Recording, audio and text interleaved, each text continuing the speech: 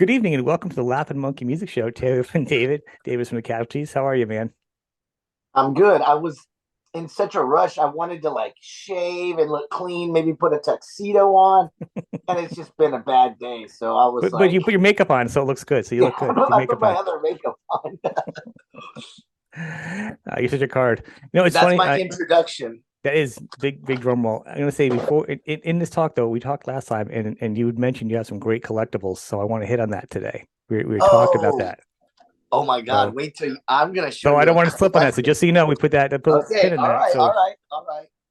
I remembered that. See, I didn't forget. It's been a while, but it was a fun time. And I don't usually forget I that wish I stuff. would have known.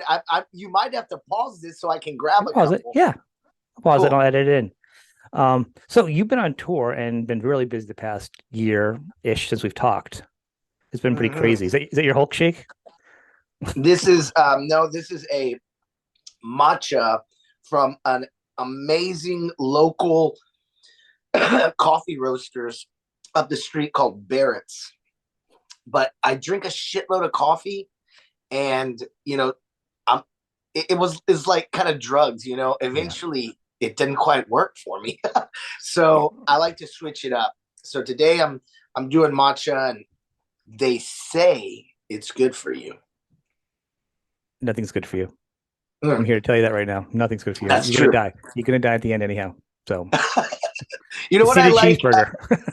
Yeah, what I love is like watching like all these different diets. There's a little bit of truth, like they say, there's a little bit of truth in every joke. There's a little bit of truth and stuff. Sure, if you do something like this, whatever diet, and you drink healthy drinks and you walk every Right. day, get some exercise, sure, it'll work. But all of these things, they're good for you. It's bad for you. I love coconut, and I was eating coconut, and there was this thing. Oh my God, it's so good for you. Uh, Coconut this, coconut that. 2 months later, be careful about that coconut. And I'm like, Yeah. oh, Jesus Christ. Everything, you're right. Everything will kill Yeah. you. Coconut, first off, with my stomach, coconut would probably put me in the hospital. That coconut and seeds I can't do. Oh, Um, really? Wow. a couple years What ago, I what found out seeds? diverticulitis. Oh, And diverticulitis. yeah. Whoa. And when I went there, and the doctor's like, "Yeah, you pretty much can eat like, like burger and like potatoes and stuff." I'm like, "What about beer?" He's like, "Yeah, beer's fine." I'm like, "You get the perfect diet, thank you." And Yeah, there you is go. this like a prescription? This is awesome. Dude, And my mom had that. Dude, she went into the mhm. hospital and was like in the worst pain Yeah, she's ever been in. I ended up in the And hospital the first time from it because I didn't know. yeah, exactly. And she had to get part of her intestine cut out. Yeah, I didn't have that done. I was lucky enough and young enough probably to Uh, catch it. exactly. Well, and there's There's proof medications that I it's take. good and bad. My I try to brother, avoid the seeds. Just yeah, pretty much is what I try to do. yeah, you don't want anything. For people that don't know, that's when you get like a hole in your intestine and it will catch fucking seeds. Like pockets. Yep. Yikes. No, yeah, I'll have to remember that, because we eat a lot of like, I guess, she's got to be careful. You'd have to de-seed cucumbers. Yeah, I get cucumbers. I'm okay with like eggplant's bad. There's certain foods that are way worse for me. I can do like sometimes I can be okay with tomato if I do it because I like salsa. I like Oh, stuff like that. I like tacos, so I'm not gonna. So I just have to plan it out and eat nothing else and take my medication and not kill myself and be yeah. like a monster just consuming it. Like you know what I mean? Like when I was Oh, 20, yeah. I can have a Shit, regular I meal, just but then had I need to tacos. pace it. You know what I mean? Yes, Yeah.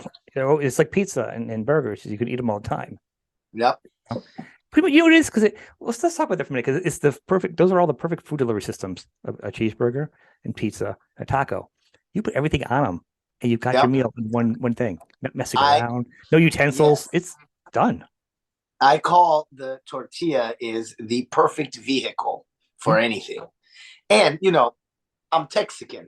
That's like all I eat, and I lose it when I don't have them because, of course, who doesn't like sandwiches? But it's too much the bread gets to be too bread much after a while. Yeah, and not the shit that I want.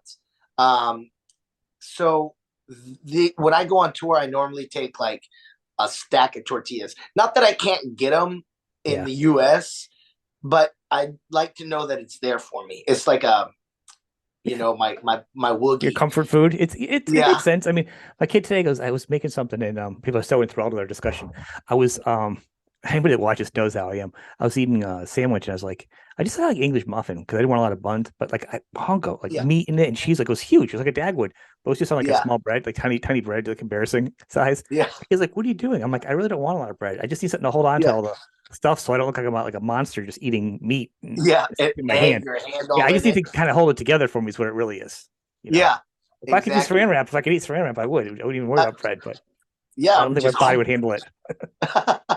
when we were in Europe, I was dying. It's like there is no Mexican food, and when you try it, it's like this weird disappointment. It's like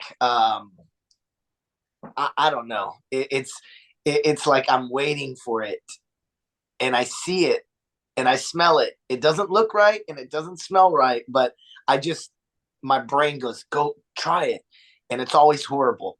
But there's some salsas that are just amazing that we'll take with us.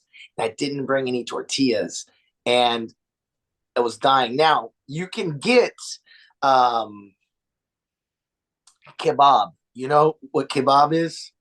The food, yeah, It like, but not the skewers. right, Yeah, it's like this.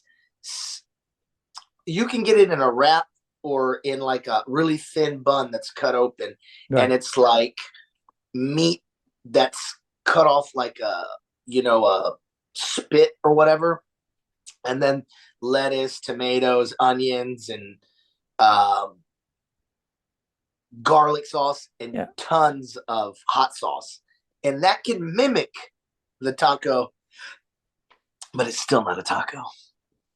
See, yeah, you're not gonna, but see, that would be the problem in Europe. See, I love, and that's like a food truck thing. And I love food trucks. I'll eat off of food Oh, me trucks. too. Me Actually, too. I I actually ended up street in a food. hospital because I ate off a food truck one time. It just didn't work out right. Oh yeah. I mean, when it's Oh like you yeah. still want to do it, I'm like, oh, it's just one time though. If you do the numbers, if you do the math, Yeah. Exactly. It's like you have more chances of slipping and falling in your shower than ever getting bit by a shark. So jump into the water, jump um, into the taco truck water.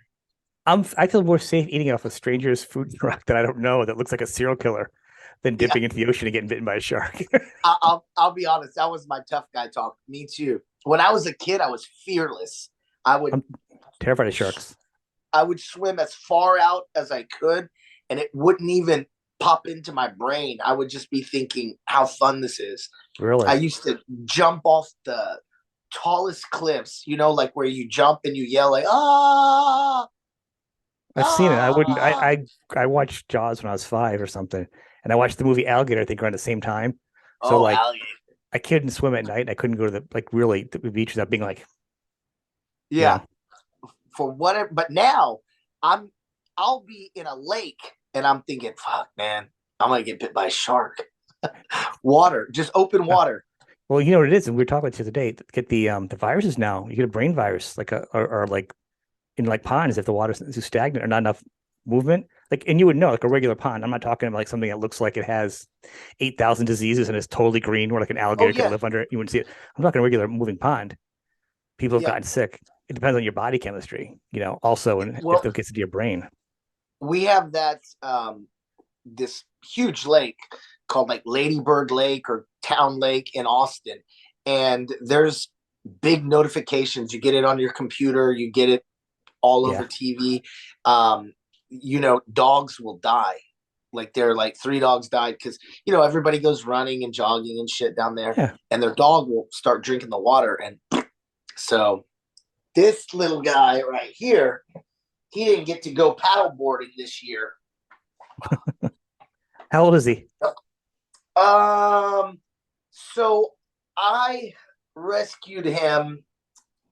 Shit, man, maybe going on 10 years. So I think he's about 11, but I don't see it as that. So I like to think he's like 3. You'll notice when his face starts to get a little gray. I've got a 16-year-old dog. We're like getting old, getting to that time. You Yeah, know, one of my friends that I don't see very often goes, "Oh my god, he's so old now," and I'm like, "Shut up!" yeah. I Like was he's looking at the thinking today pictures to about getting now. him just for men. Yeah, Maybe I should. Maybe I should start a company just just for for pups. dogs. Yeah, just for Yeah, just pups. for pups. And it's you know what? Erase that off of this goddamn podcast. That's mine. So This next time I you got you might guys. see me, This show's a hotbed for just thinkers. So yeah, you might see me on the cover of Forbes, and it's like David Rodriguez, the imaginative multi-billionaire just for pups. we interviewed the CEO just for pups. Yeah. CEO David. Then I'm gonna be like one of those guys online telling people how to stay on top of it. Like, Shark Tank.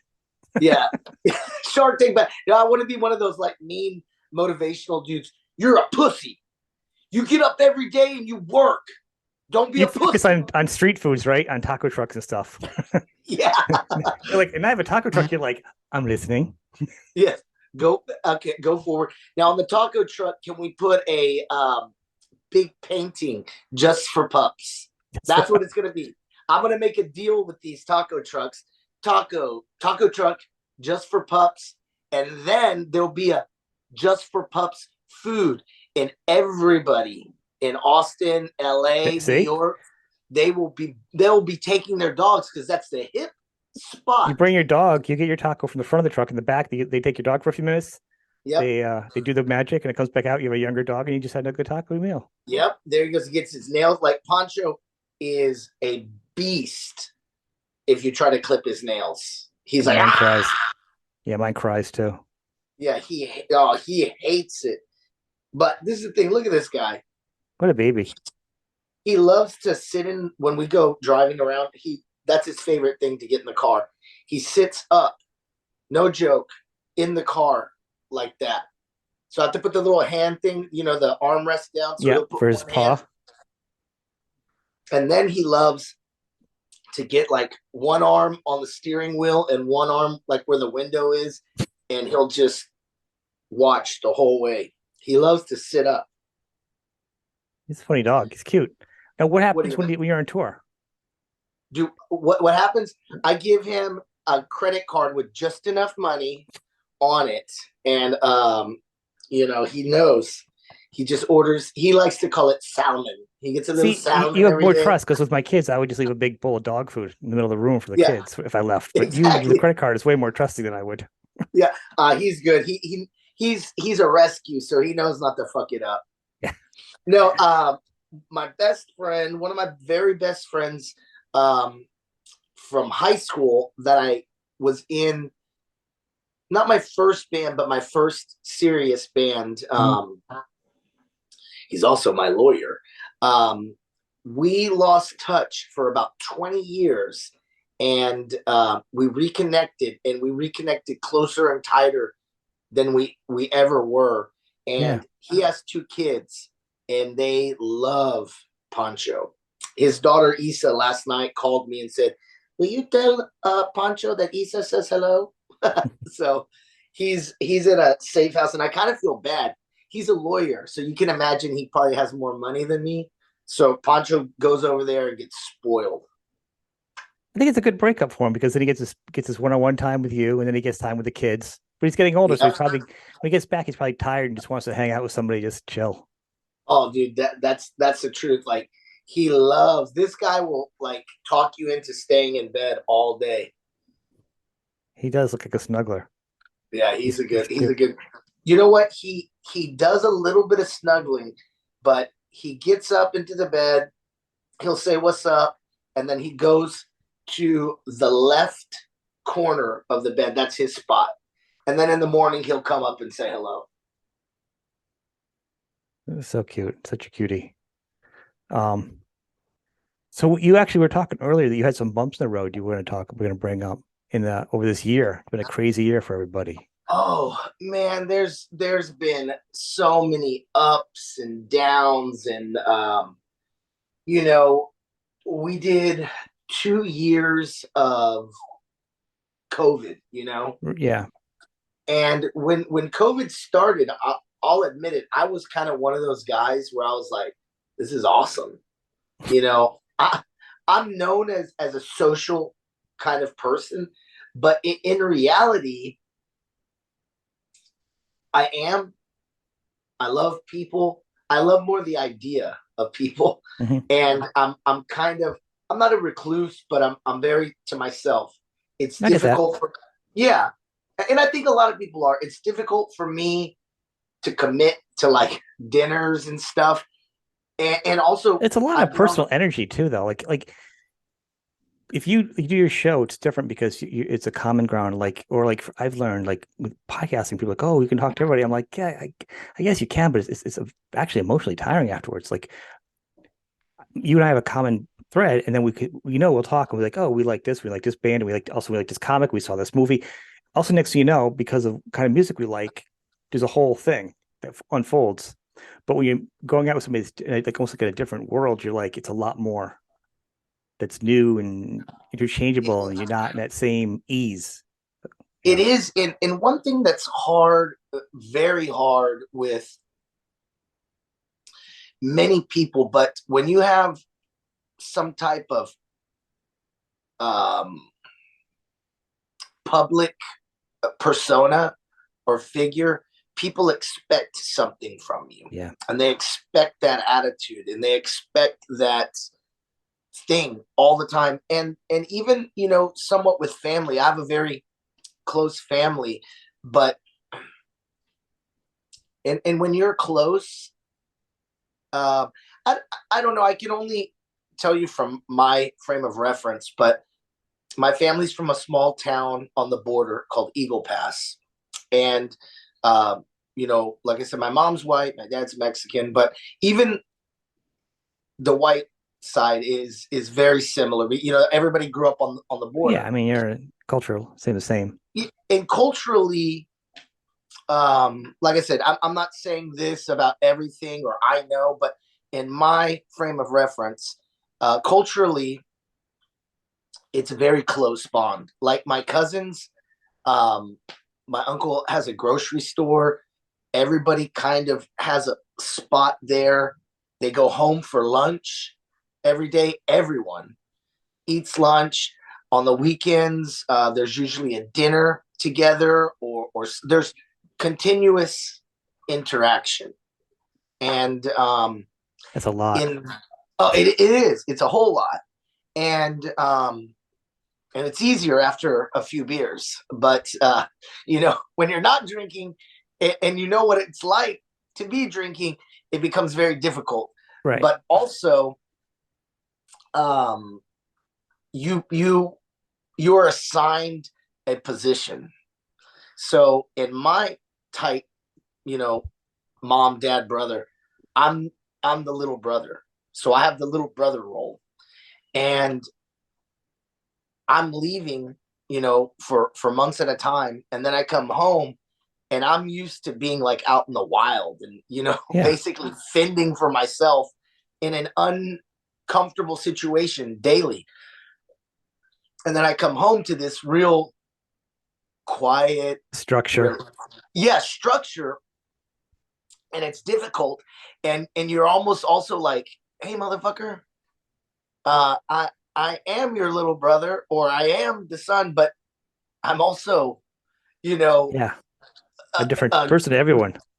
yeah, and so you have these different things where it's difficult because you're constantly trying to be a chameleon of situations. And so selfishly, and this is one of the big bumps that I'm trying to work on now, is how do I navigate that without being a fucking prick? Because sometimes I can't help it. Like, I'm like, guys, I don't know what to tell you, but I gotta go. Oh, you just got here. I gotta go. And when I gotta go. I think And if you say it kindly, you just have to work on how to not feel that guilt, and that's it from other people. exactly. And I have a mother who's in the top 10 guilt trippers of the universe. And I love her, but you're like, God damn it, Debbie did it again. But and it's like that with a lot of things, and I think a lot of people feel that also in in their everyday life. But let's say you're doing some type of sobriety or something, you better be on it, because people are watching you, or Yeah. and people are they look up to you or something, and it's like, I have difficulties as well, and my life, you Wait, start, you must people look up to you. Do you say, Mom, do you know what I do for a living? I'm a singer in a punk band and a rock band. yeah, If people are looking and up to me, they've got their own problems. I'm literally yeah, in a band, so I don't have to have people look up to me. well, luckily it's not my mom or brother. This is people also in the music scene, and it becomes, it's, I'm trying to learn how to, there's a thing in a certain group of people that they like to be anonymous. You know what I'm saying?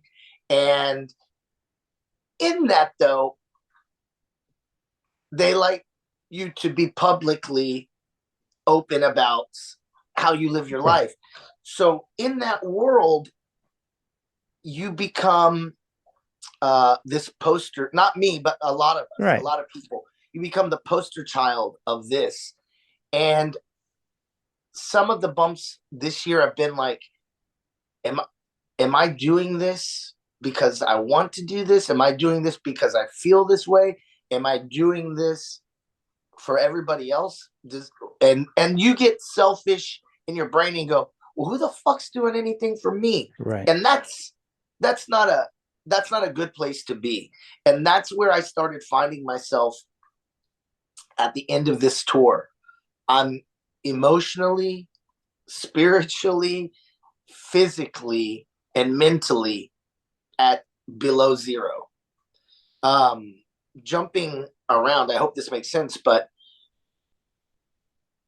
I would go so far as to say that Casualties were probably the only punk band, and maybe one of the only bands from the United States to tour the US twice, go to Mexico, go to Canada, maybe Municipal Waste. Municipal Waste is wild. Uh, Yeah. but go to Europe as soon as things opened up. As soon as it opened, when it was still like, we may show up to Sketchy. the club. Yeah, we may show up to the club and they won't let us in. Hmm. Um, we went out, and we've gone since October of 2021. Oh, We've been wow. on tour, so over a year. And we'll come home for 3 weeks. I think I had a month off, and I went to Brazil, and but it's been non-stop.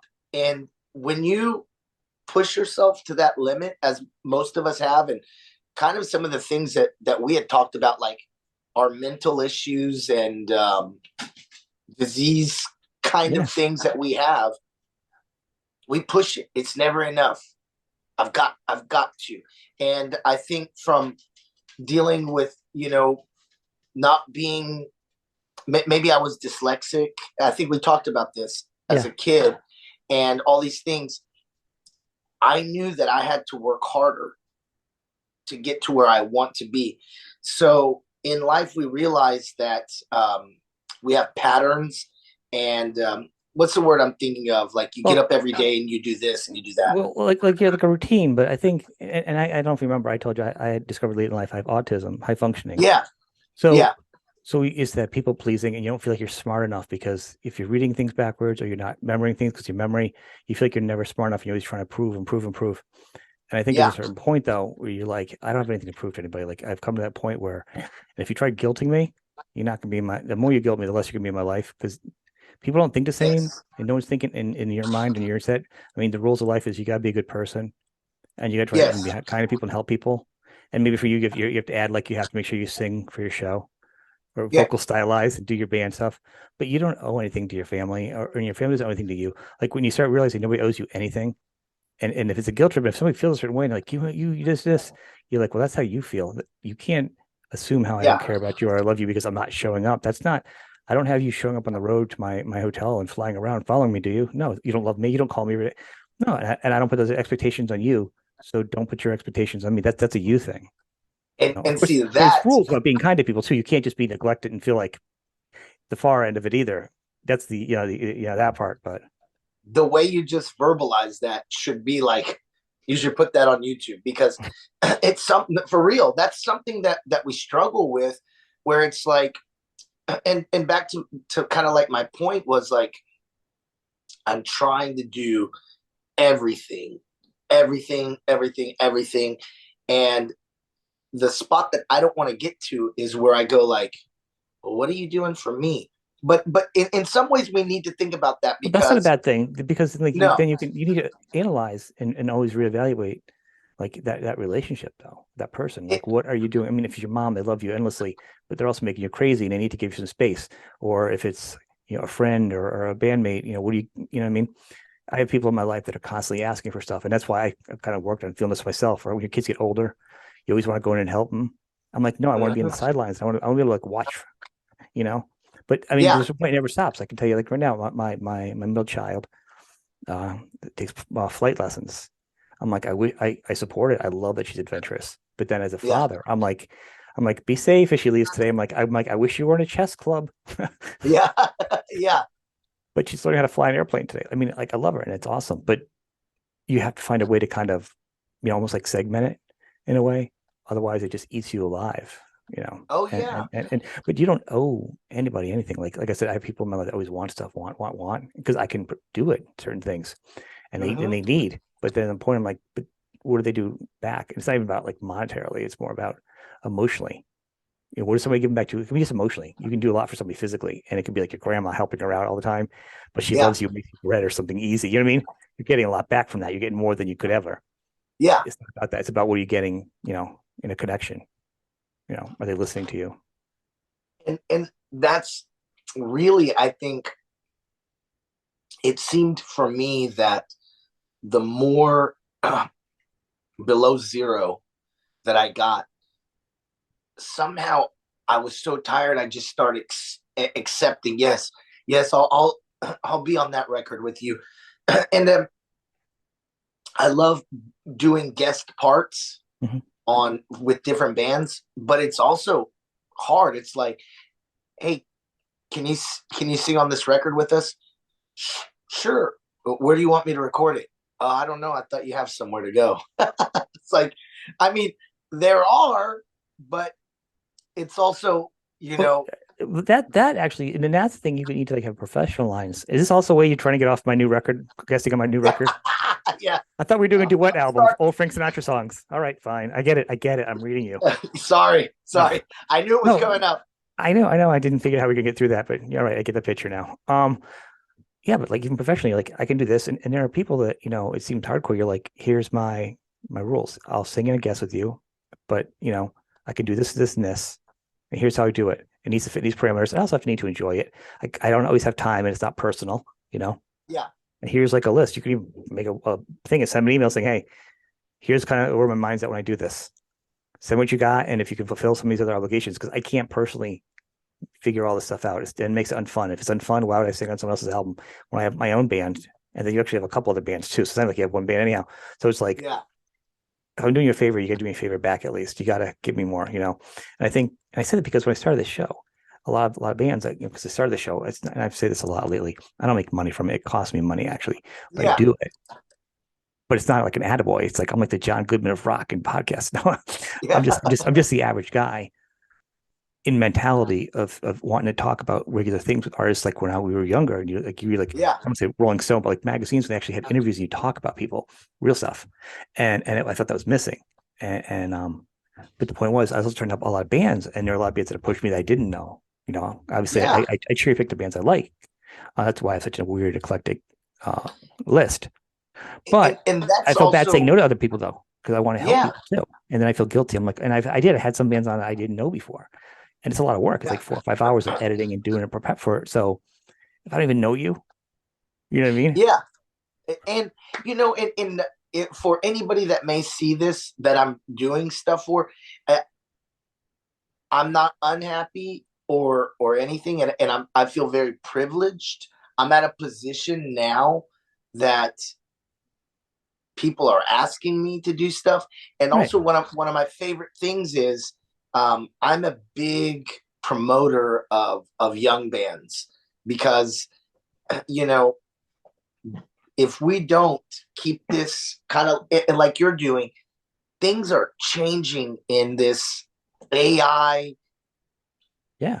world that there it's never coming back, and it's changing so rapidly that you know people don't know how to do an interview like this. People don't know how to talk normal anymore, and it's like I'm the same as you. I grew up like when I saved, I'm talking about change, any little bit, we would Yeah. scavenge as kids because there wasn't a computer, and I could go to this weird rock store and get like alternative press Yeah. or magazines, where it was like, there was a time when Henry Rollins was doing a lot of writing about young bands, and he still does, but at that time it was, oh fuck, this is the guy from Black Flag. We didn't have a computer to watch the way Yeah. He things was one of the change. first cutting edge real writers for that, for, Yeah, all those and books were the first time out there. Now everyone's got that. yeah, and you can just look at a band and see what you want, and that's it. I found so many cool cool bands. Like I remember, not that I respect Rage Against the Machine more than they just kind of weren't my thing, but Right. I hear I, you. I I get that. I I completely hear you. politically respect them, and musically they're great. But I remember way before there was any videos, Henry Rollins was writing about this band called Rage Against the Machine, and this political stuff about them, and I was like, whoa. And then there were other things like, you know you would read, or let's just say, as silly as when I was super young, I loved Skid Row because they looked weird, and Yeah. that was the time. And so Rachel Bolan, the bass player, was always wearing a Ramones shirt. So fuck, I'm looking through magazines. Who Yeah. is this Ramones? And then I saw the Ramones, and then this and that, and it was fun. And then there was just great articles about what they were doing, how they got into music, and it's very strange. And I'm sure people my age say the same thing. It feels very surface level, and it feels very fake in the mainstream world right now. I think it's hard, and actually, I can say a few things. Actually, I think with Skid Row's got a new singer, which is really kind of cool. Yeah, Yeah, nice young yeah, guy, and it's yeah, and it really feels like they're happy, and they're nothing like being a musician and being happy and doing what they want because they could have sold and done the big Sebastian Bach thing. And I'm not ragging on anybody, but they have a good solid album out, and they're happy. They pick somebody they're happy, and it just happens to work out. So I'm happy for them as musicians, of course, which is great. We say Rage Against the Machine. I want to say there's one thing that makes me crazy. Like I dig the music and the energy of I'm not like a huge fan. Like I don't have the albums and stuff, but I know the yeah, songs. And when it comes on, I love it. I love the energy and the power. It's just fantastically yeah, sonically great. Tom Morello not clipping his guitar strings yeah. makes my OCD insane. I know. I literally said to when I was talking to Wayne Kramer from MC5 doing a project together, an album together. I'm like, when you work with him, you gotta do me a favor. You gotta get him to clip those. He's gonna catch you in the eye. Something's gonna happen. It Yeah, makes me crazy. I love everything it's else. He's over. gotta clip those guitar strings. Can't have those strings hanging everywhere. That's aside. I digress on that one. No, but it's the but same. but I know you're looking at it and you're going, did he not have enough time like to clip That's him? just What his happened? thing. I'm like, it makes me Yeah, crazy. If I was a singer, I'd be like, I'd be clipping him on him. maybe It's that's his thing. why maybe that's why the singer quit for a while. Yeah. Keep getting caught, keep catching him on it, right? Yeah, conspiracy theory number one. That's right. It's all in the clips. The thing is, and it's interesting because I was thinking the same thing with you is with punk and metal, something happened really, really weird over time. Like it became very, very, very public and very commercial. And at first everyone's like, no, it's the worst. and I subscribe to the deep dive, like the Ramones. You go back, if you like one band, and I'll go back 5 of the layers of the band. But what happens now is, and it's just the same with punk stuff too, where you have and I mean, Hot Topic's too easy to beat on, just like a guitar store is easy to beat on. But you have Yeah. the store, and you can go to Target and you get a Metallica shirt, and you can get a Johnny Cash shirt. And they're all great artists. It doesn't take away from certain bands because they're in a store. You know, Mhm. to me now, I think, God, if you guys could get some of your shirts in Walmart, make some cash, that'd be awesome. Get some Casualty shirts out there. Yeah. If a Kardashian wears it, great. Make some sales. Bands don't Yeah. make anything else. It's not a bad thing anymore. But it feels like it's almost the edge of it is a little different now. And does it really change things? I used to think maybe it would, but now I think it really hasn't changed music at all. It's just the merchandise out there is almost just better for the bands to make money that they need If they get the money. if they get the money. Correct. Well, that's why I know some of these stores I'll see, like it'll be like if you're gonna buy it, you go on like a thing, it'll have like the Metallica, or like I haven't done this yet, but like, or the Def Leppard store. Like if you see stuff, they actually have their the bands have something with management hooked into these places to sell their Oh, merch cool. through it. So I Cool. say that if people do that, buy it. Even if it's a big band, buy it. But if you do a small band, I always say go to the if it's Go new to for you to hear, their go to the website. merch, go to the website, buy it from the truck, buy it if you can buy it outside before that you go to the venue. Before the venue taxes them on it, let them get the whole percentage of it. You know, Yeah. It's I'm a broken funny. record like that. I You think gotta. Harley Flanagan was did a show. There's a festival in England called Rebellion every year, and it's a it's a pretty fun festival to go to. But I'll tell you more about that later. Whoa, shh, shh, shh. I believe he went out and asked everyone, if you're selling Chromag stuff or my stuff, Yeah, don't do it on the day. And I think Casualties kind of did that once where they said, hey, just today, could we sell our merch? yeah, And some people are cool, some people are assholes. And my friend Gordy from The Forgotten, he told me a pretty good story. They went out and asked, could you guys not sell the merch today? And they're like, no, fuck you, we're gonna sell it. You're the big rock star, and none of us are. there's no such thing as a big rock So star. they went and got a bunch of beers and accidentally spilt them all over their merch. So that's one way. Were they going to sue you for copyright Yeah, infringement? exactly. Let's go And to there court. was something funny. Um, GBH wrote maybe to somebody in Russia, because it was kind of the DIY scene. I Mhm. hated GBH for a little while because they asked, "Hey, stop selling our shit." And I understand. Look, it's a little guy. It's this or that. However, they don't know these people's real lives, Right. and here's something that's going to be very. It could be taken negatively, but I know a lot of people in the DIY scene, and they look like they're from the 1980s. They look perfect. They look rad. They look very interesting. Their lives behind closed doors are much different. You know what I mean? Yeah. But these people love to tear down a band that they think is big. They don't know what Colin and Jock and Ross fucking do. They don't know what their homes look like. They don't know if they have two kids in college, you know? Yeah. And it makes me sometimes I want to find somebody. And let's say, give me a restaurant, give me any restaurant, I don't know, a joke. Olive Garden. Olive Garden. And I go, oh, that's Timmy at Olive Garden. And I'm going to sit down and I'm going to order food and I'm going to be like, awesome, dude, thank you. Cool. Just don't want to pay for it. I don't have to. Why? You know, and I just want to fuck with certain people. That's Well, that little part in my mind where I no, but tell you I it's get not a bad thing. vindictive. There's a certain thing. I mean, and I'm a broken record about this because I'm like it. I've gone over a few times, so I'm not going to beat everybody. I mean, I've talked about the breakdown of a shirt. How much it costs for a band to bring shirts on tour. They got to get the right sizes, and they got to per ink, and they got to break it down, and then they got to get the right sizes, and they got to put it in a vehicle or find a merch person. They got to drag it behind them. Those added gas. It's a whole thing.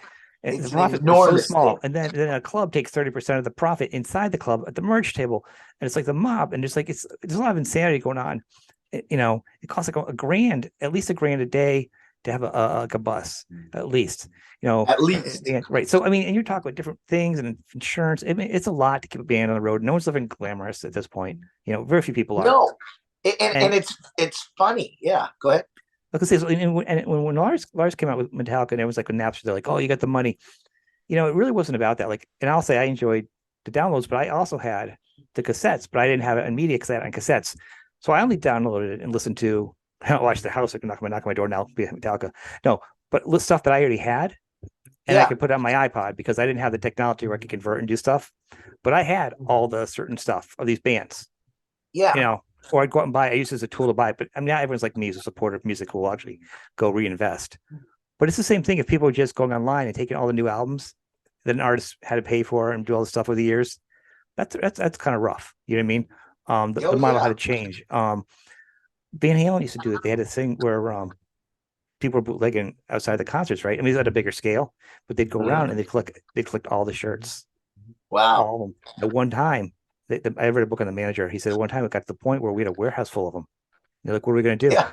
They just donated them. They didn't even care about saying Van Halen. So they donated them to like people needed clothes. Yeah. So there's all these people you can imagine with Van Halen shirts. And Yeah. you can't sell up these Van Halen things, but they were The taking it whole because you can't. homeless population Yeah, in Van all in Halen Van shirt. Halen. Man, they got a strong audience there. That's a strong Yeah. group.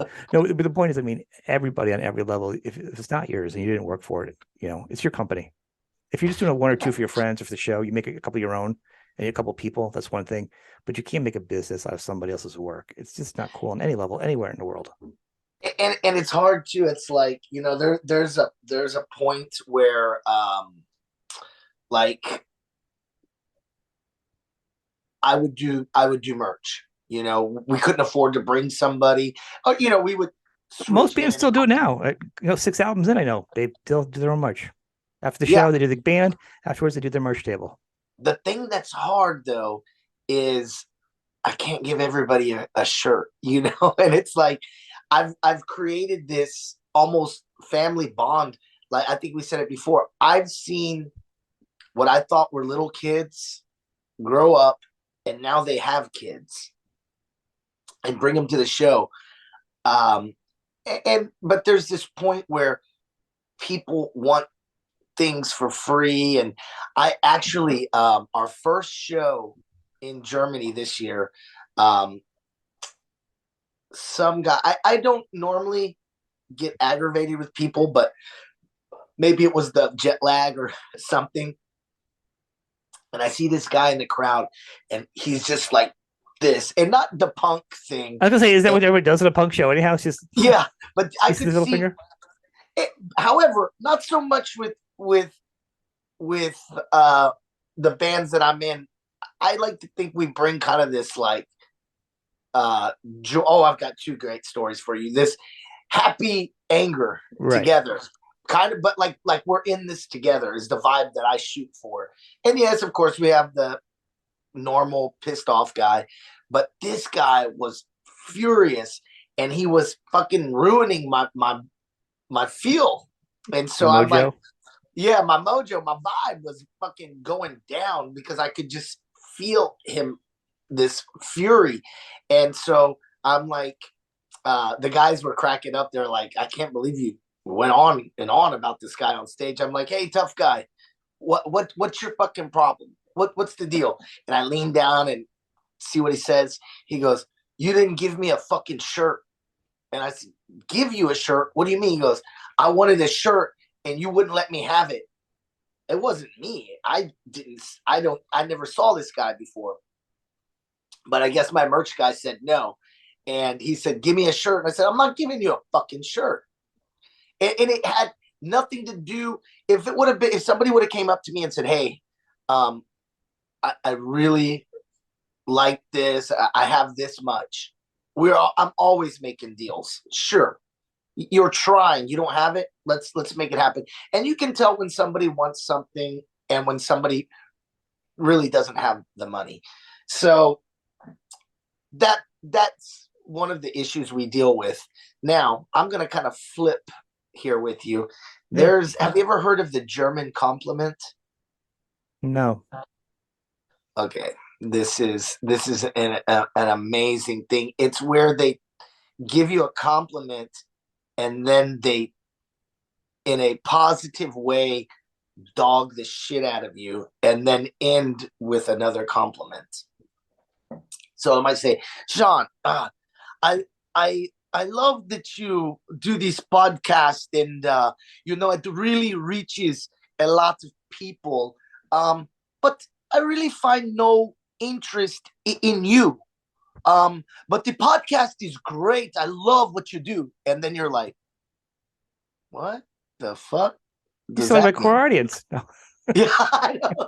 So this, and I get this every year. There's always something funny. There was this guy named Benny from a band, and he came over to the U.S. and went on a tour with Crumb Bums. Mhm. And he came up and he's like, David, I love to watch the YouTubes of you guys. It's very very energetic and very strong. I love the records. Tonight, not so good. Um, and you're much smaller than I had expected. So thank you. I'll see you tomorrow. And you're like, what Like if the? I was big, I wouldn't fit on YouTube. How do I fit in that little Yeah, TV? I know. So this was the greatest. It was classic. This guy comes up to me and he's smiling. He just looks happy. He goes, "Hey man, I love the Casualties. I grew up with the Casualties. Love it. I loved it. The show. You guys sounded great tonight. Cool, but I'm very unhappy." And my brain just goes, fuck yes, here it comes, the German compliment. And this one, but it was so classic, it was like it was scripted. And he goes, I'm not very happy today. Why? He goes, because it sounds so nice and it sounded very perfect. Everybody was smiling, even in the circle pit, everyone's smiling. There was no anger. So punk rock is dead. So now that is a That's pretty German funny. compliment. It's That's it crazy. is it's a stumper where you're like, Well, that's once again that goes back to what we said. That goes back to them because at that point they'll say they're on some level they're a fan of your band, and like most people like will be like, I don't like that album because they're too commercial. Like, why can't a band fail? I mean, there's a lot of bands I love that've done crappy albums that I don't like, and whether yeah, it's commercial, I welcome to do it than doing another boring album to them because that way they come back rejuvenated and do something totally left field. So if you do something that you feel is a success, like if a fan doesn't like it, welcome. yeah, they're a fan of you because you're being who you are. And if you're not Yeah, who you are anymore, it's like getting married or in a relationship and someone says, you're not who whatever. Well, you just spent 20 years, 30 years, 50 years, correcting all my bad habits, and now, yeah, I'm not that's not because I changed, and that's growth. And if they can't and take it, that's on them, it They go is. listen to And what people don't realize is that you're coming in to my life or a band's life um, when it's convenient for you. right. So it would be unauthentic to say like I haven't changed in certain ways.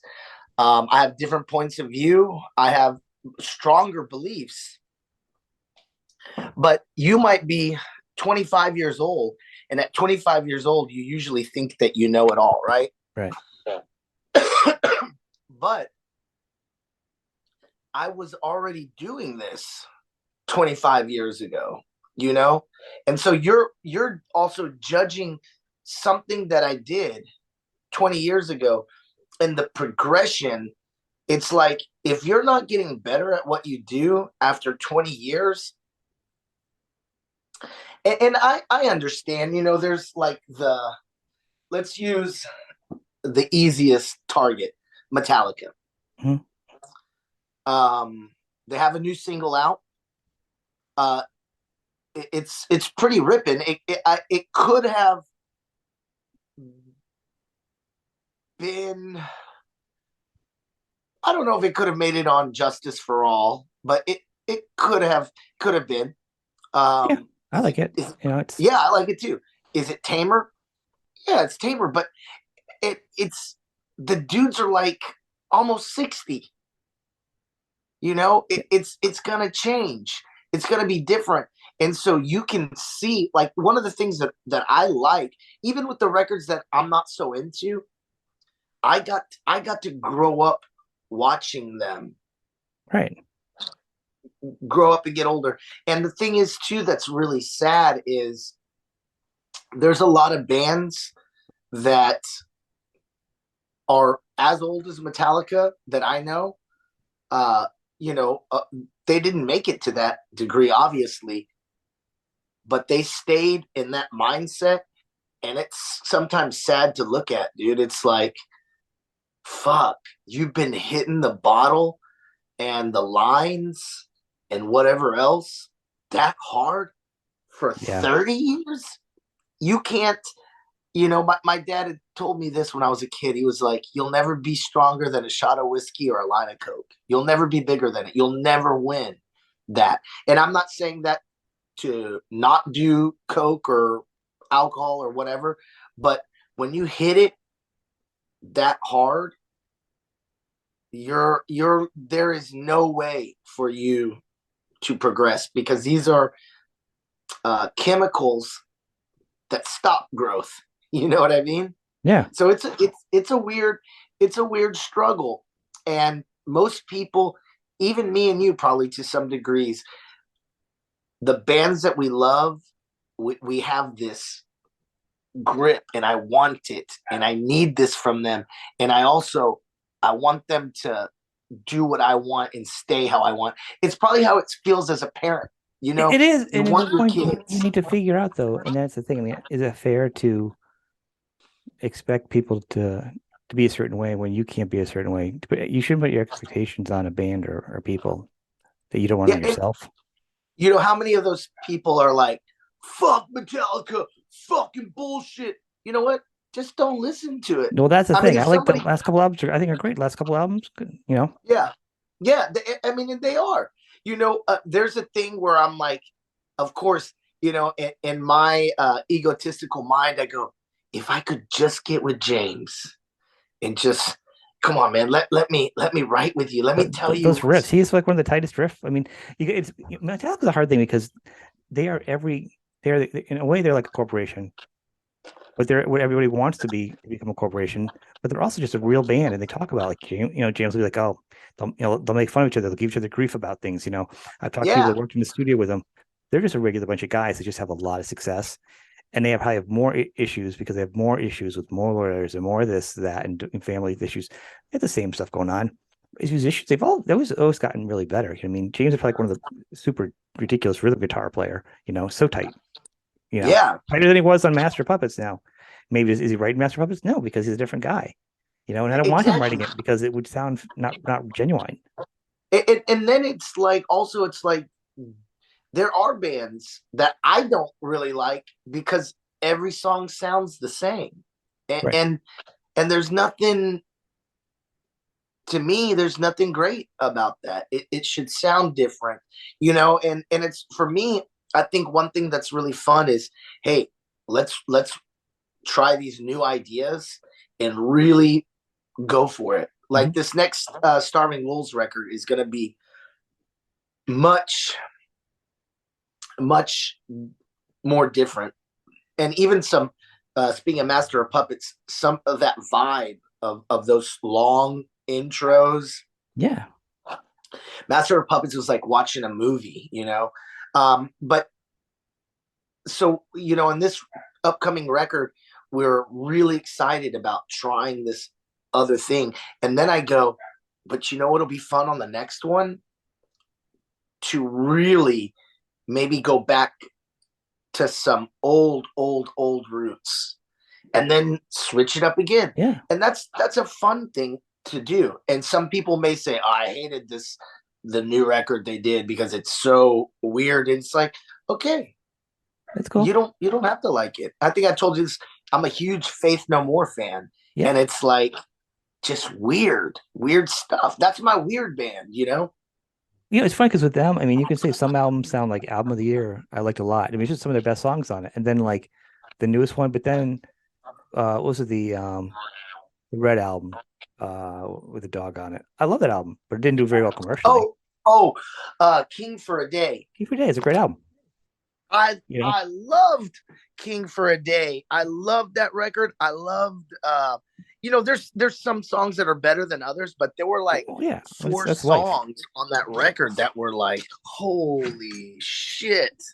I mean, he just went crazy in Amazing. it. The band sounded great, and and I'm glad they're together. But I mean, one of the things with that band is when you break down like a Mike Patton, he's talked about it. He struggles with mental health issues, and Yeah, but that he was also separate. wild. Yeah, but he also separately he has a voice that is like a multi instrument. Like he can sing in different things. What he can do with his voice is insane. So Oh like yeah. he sings in different languages, like fully languages, not just like somebody teaching it to him phonetically. Like he Yes. knows other languages. Like it's what he does with it as an artist is a lot. Hmm. He And is, and then he is like one of my all-time favorite like artists. yeah, He can get in there. Like I was watching some, you know, I my lady lives in Brazil, so I go to Brazil a lot.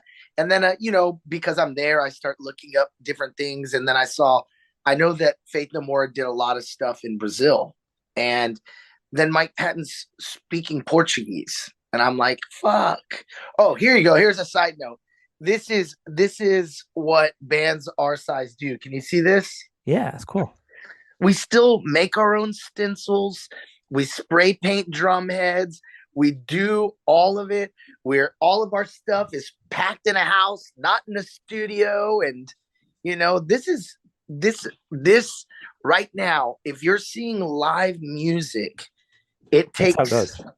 a lot. It takes a lot of everything to get I to think get actually through. pretty much almost every band I've spoken to does the same thing, and it's a good thing. I want people to just realize that when you're going and you say, and this if there's anybody who's heard before, I apologize, but if you're new, if your band's in town, you need to go. I mean, it might be a Wednesday in the middle of nowhere. They might not come around again, you Yeah, know, because if it's financially not feasible that one time they come by, they're not going to come by again because there are numbers and people can't go out and lose money when they have to pay for things like food and power, health insurance. You know, you guys get up every day 9 to 5, but an artist has a total different life and they still have to be their best to perform.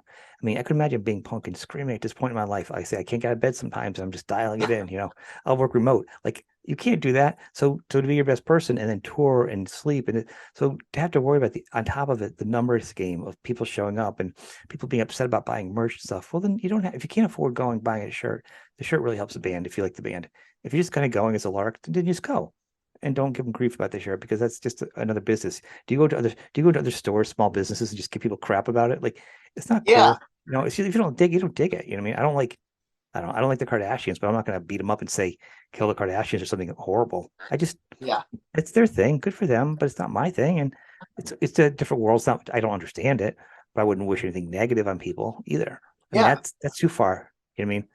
That's too extreme to be mad at somebody because they wouldn't do something for you or you don't agree with them or they're stupid or you know Well, we have all um all of these things, and the thing that we try to do as a punk band, um, and I'll say this even before I was in Casualties, when Trey and I started Crumb Bums, we based our work ethic on the Casualties because nobody toured as hard as them, continuously played the sets. yep When one of the member like George one time left and went back to New York for some health reason or something, the club canceled the show. They went and rented a storage unit, you know, and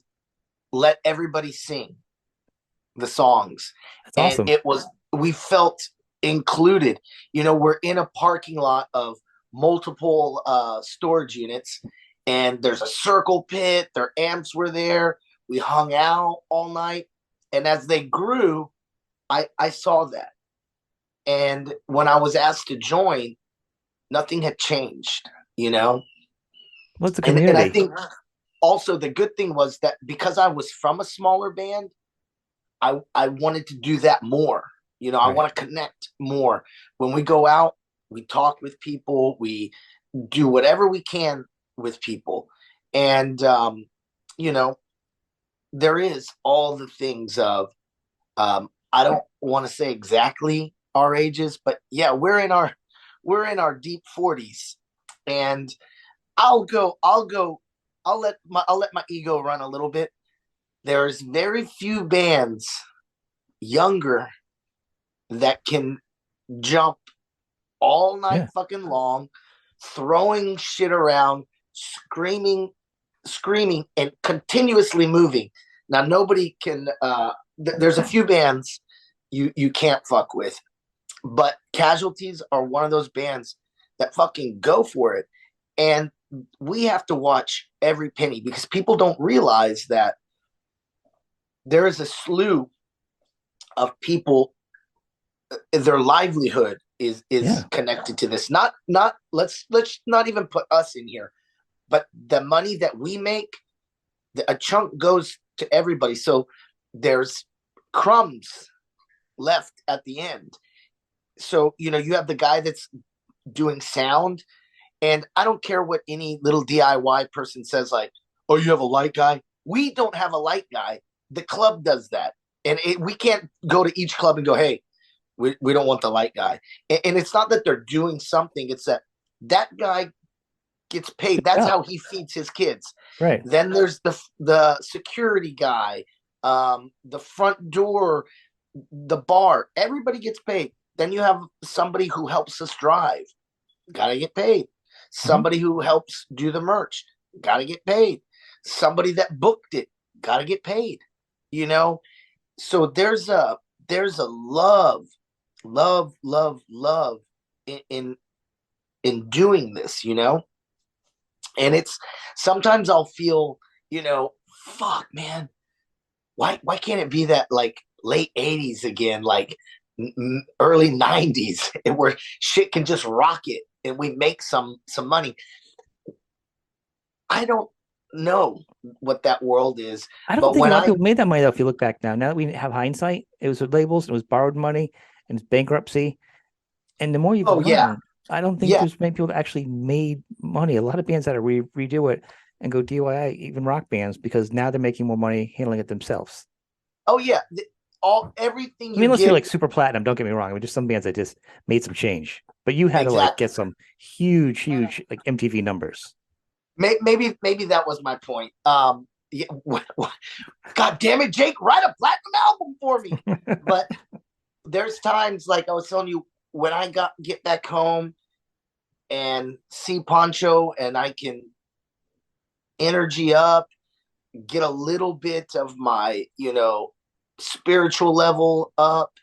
And that has nothing to do with religion, just Yeah. like my thing.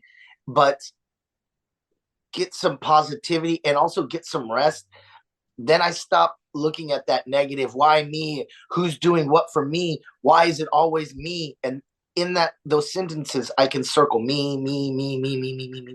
And then I sit down, kiss Poncho, make him a poached egg and put some coconut oil and salmon on it. And I go, how fucking lucky am I? How fucking lucky am I that I got to see these young kids grow up, have kids, start a family. Sometimes I hate it. I'm in this cramped little van. I'm with four, three, four, five of my best friends that are like family, and we're taking art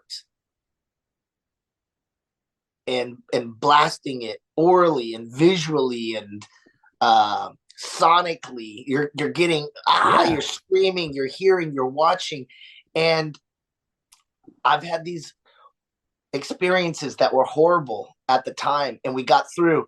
Long story short, we're coming back from Canada and all the bands are racing to get like in to New York because there's this huge storm coming in, snowstorm. and I'm driving and it's coming down. And next thing I know, it looks like, when the Millennium Falcon goes into Yeah. hyperspeed, the The stars. snow would get crazy. Yeah. Yeah, it's so, yeah, you're from there. So it's just so shit. So I have to go off and try to find a gas station. It's like in another little town. And as I'm going there, we're sliding and we're waiting to get traction. We get stuck overnight. The next day, we get stuck. A truck pulls us halfway. Okay, we're good. We're stuck again. We have to get out and push. Well, I got to be the driver. The other guys were pushing. I'm blasting Last of the Mohican soundtrack, and it goes, and they keep going. Don't stop. They're like, just keep going because we're gonna have to do this again.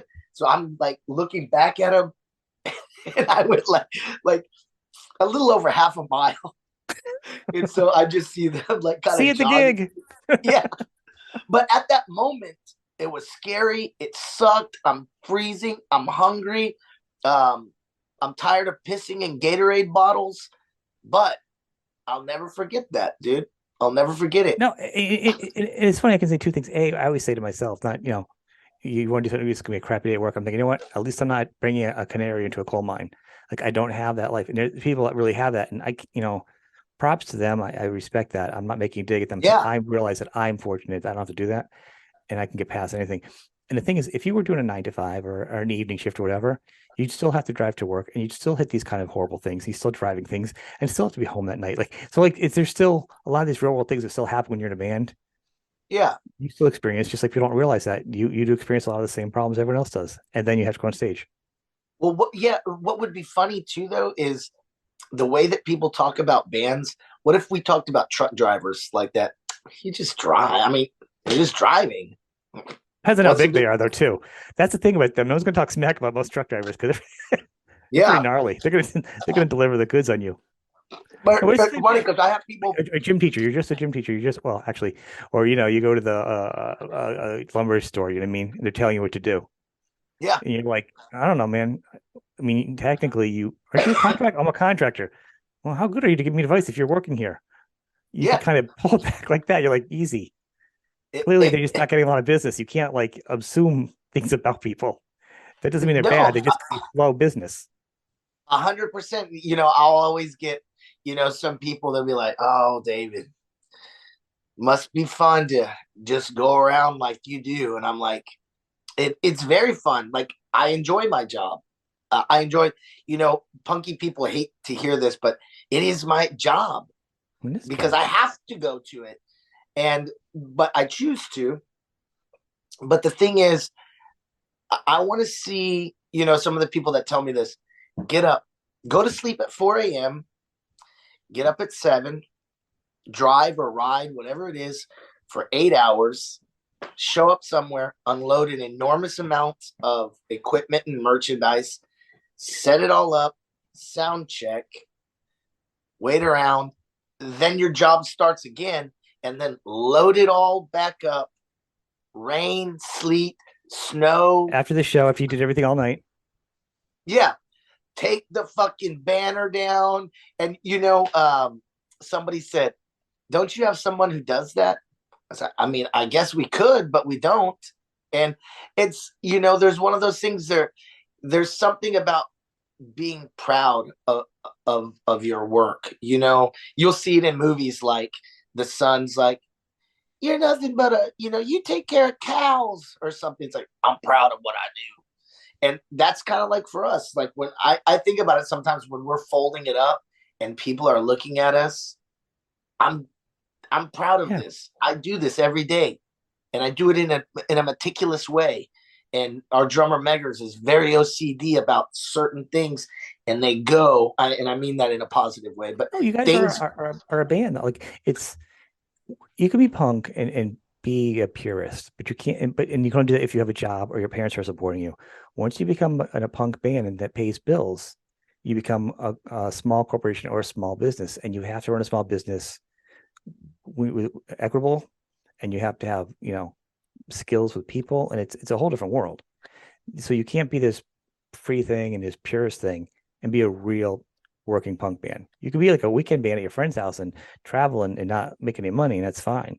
But you're not gonna get Yeah. health care. You're not gonna be able to take care of somebody who's sick in your family if you got no money. You're not going to be able to pay your own fucking rent. And Right. it's funny because we live in this time, and I'm also learning, like I said earlier, with these bumps in the road, I have to learn how to navigate in today's world. It's not, it's like sometimes I get so irritated, like with my dad, because he's talking about a world that no longer exists, Yeah. and I have to um learn how to navigate the way things changed. Here's an example, and this is about a person from an older time, where they'll say something along the lines of, let's get some Oriental food. And you go, well, it's called Asian food. It was always Oriental. And I'm like, I understand and I get where you're coming from. But it's not But cool. It wasn't yeah, cool to begin with, and no one yeah, just addressed it back then. yes, yeah, exactly. Yeah, maybe that was what was said. But also, it would say, no dogs, no Mexicans. Times have Yeah. changed. We have gender roles and things that are changing at a speed where I always thought that I was the hip dude.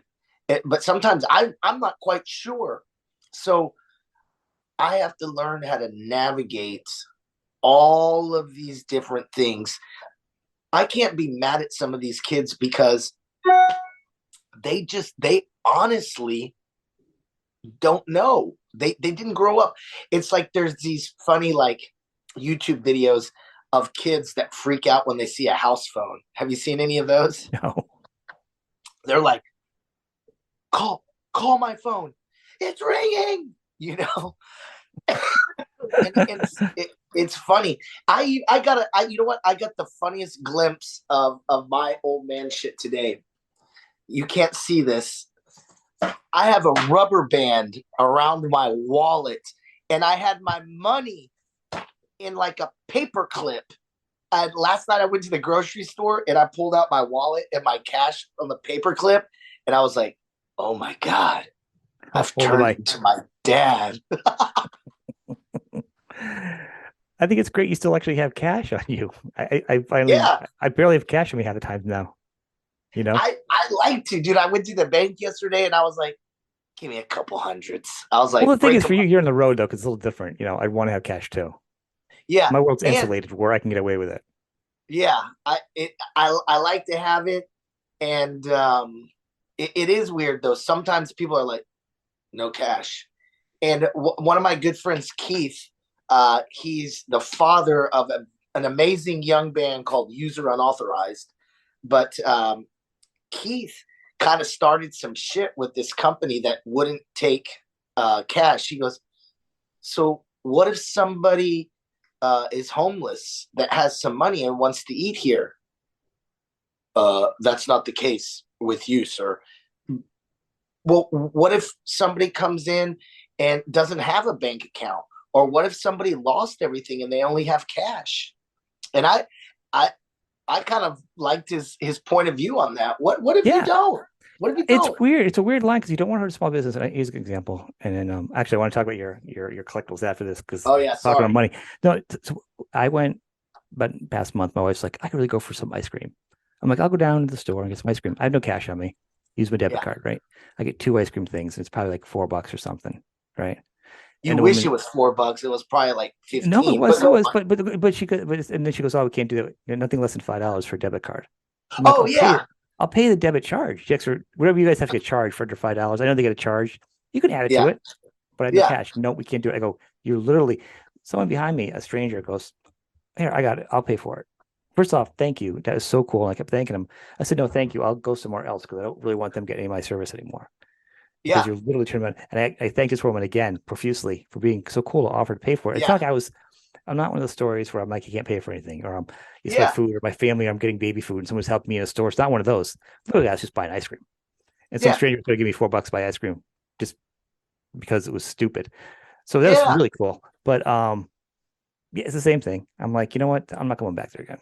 Um, but that's the thing. So It is wild, dude. It is wild, wild world. it's changed. So the big question is, so yeah, I don't know if you need to take a minute. Do you want to talk about some of your collectibles before Yeah, we? I want to show you a Yeah, all couple. right. Well, I'll pause. I'll edit this out after. If you want to grab some stuff. Okay, let me grab a couple of things. Mhm.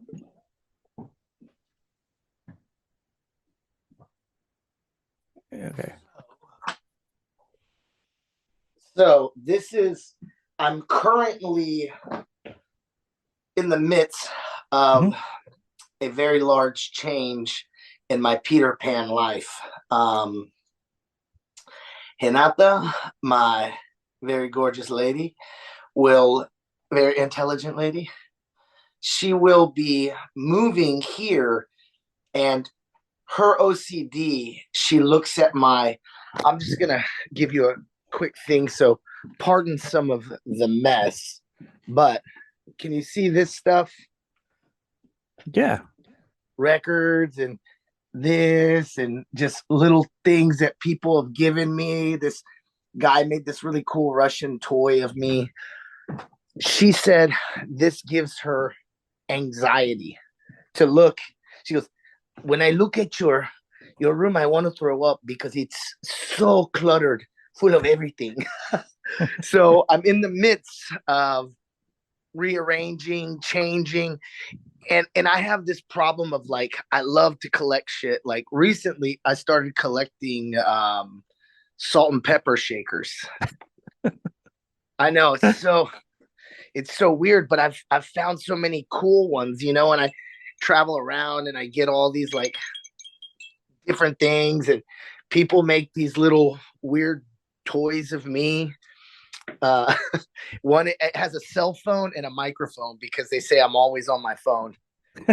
So I was going through this stuff and it was way up. I'm trying to hide it, but I'm kind of glad you made me I need get your own it room all for that. out. Just one room for everything. Well, I have a very small house and it was built in like the 50s, and it's called a shotgun home.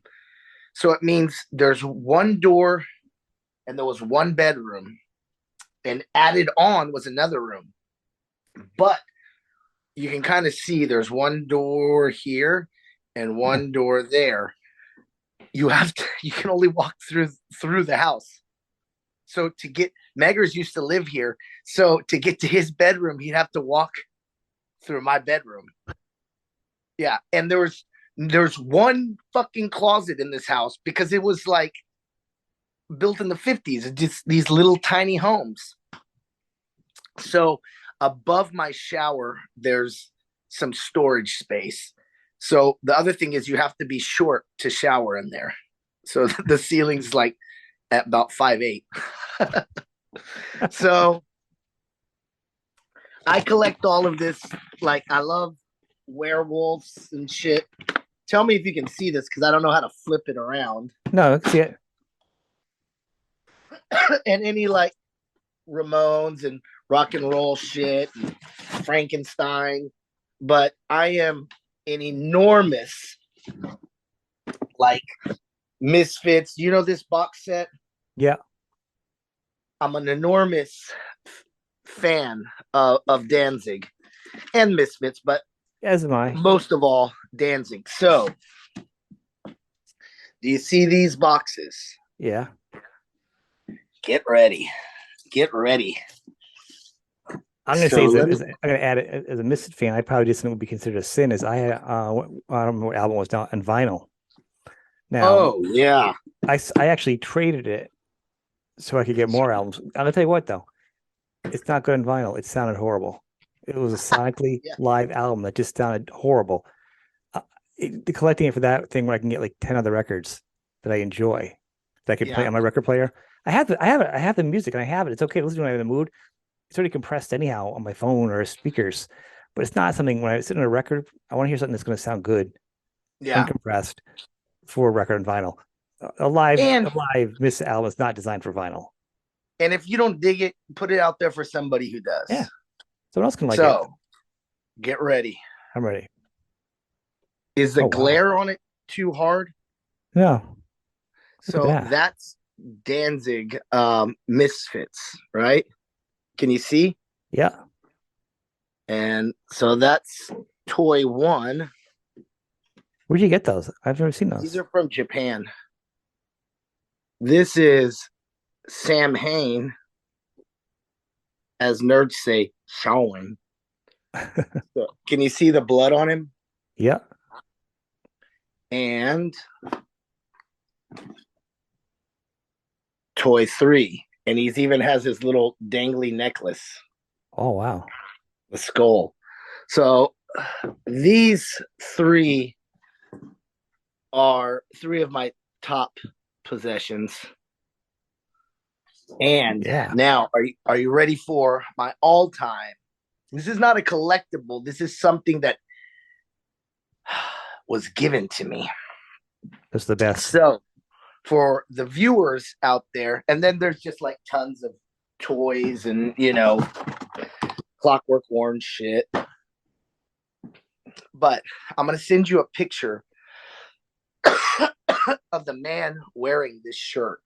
All right, I'll impose But it in the video. over the years, excuse me, over the years, I've become very good friends with Waddy from The Exploited. Hmm. And he sent me this shirt. Oh wow. And he wore this shirt in like 1983 at a bunch of shows. And got a skull there. But this he could probably sell for a few $1,000s I'm online. sure. But this is probably my most prized punk memorabilia thing. So when you see this shirt, you're gonna go, "Oh wow, that's fucking cool." That's cool. It's a cool looking shirt though too. Yeah, it's a great shirt. I'm afraid to wear it. Like the guys are like, "Dude, wear it for a show." I'm like, if somebody rips this thing, Yeah. but maybe we'll do a something and I'll wear it. But it's just so these are two or four of my favorite kind of collectible things. Those are Now cool. we could go on and on, but these are the Those are top some ones. pretty cool things though. Those are cool. Mm-hmm. Those are and definitely Vans. I'm surprised you don't have any or maybe do you? Do you have any like artwork or any photos from Erie Vaughn? Oh, dude, it's so crazy that I don't have, and I know he's selling them on his like Facebook or whatever, but I don't have the book either, which is crazy. I But haven't gotten that either. reminds. I had him on the show. I had him on my show and I talked to him. Oh, really? I'm gonna You'll have look to it go up. back and listen to it. Yeah, it was a There phone is. interview. It was quite interesting actually. Wow, I bet. Well, here's one other thing I want to show you. This was given to me by a friend that took this photo. This is the Misfits, April 9th, 1983, Reactor Studios, Las Vegas, Nevada. Can you see it or is it too Yeah, glaring? no, I can see it. That's pretty cool. Now, Wow. up above is one of my favorites. So that's John Brennan of Negative Approach and Keith Morris of the Circle Jerks at, I believe it was the first Fun Festival here in Austin, Texas. But I love this photo because it looks like they're fighting, right? Right, yeah. But they're talking about being at a show where Keith's like, "You remember this? You remember this guy?" And John's like, "Oh yeah, I remember." So that's one of my all-time favorites. Since we're on artwork in this wall, this is can you see that? Yep. This is from a good friend of mine, and he drew this for an early Crumbums record. It's called "In Sickness We Prevail," and there's the plague doctor and the dead guy and this A lot of detail, huh? all around it was just amazing. And his name is Mark Lyons. So I really loved that. And one of my best friends did this early Crumbums artwork. His name's Doyle Crawford. So there's just little cool shit that I love art. Like underneath my bed, there's like 5 portfolios of posters and flyers, and this is the kind of stuff that I love that Hinata is gonna hate. But you gotta take the whole package, baby. I guess she's singing to the choir, preaching to the choir, my friend. Yep. Oh yeah, I know. I'm looking at all those guitars now. My favorite of all, Pancho. the boy. His name is actually Wolf Boy Pancho Rodriguez, but he goes by Pancho. We're his friends. Yeah, he's like, let me make it easy. Just call me Pancho. Pancho's easy. I like how he has an accent too. Oh yeah, he's got to. He's got too much attitude not to. What if he came off and was like, "Hi, how's it going?" Yeah, right. I wouldn't buy it, man. The show's about fun, be having fun, just hanging out. You know what I mean? Yeah, And I really enjoyed it. This has been fun for me too.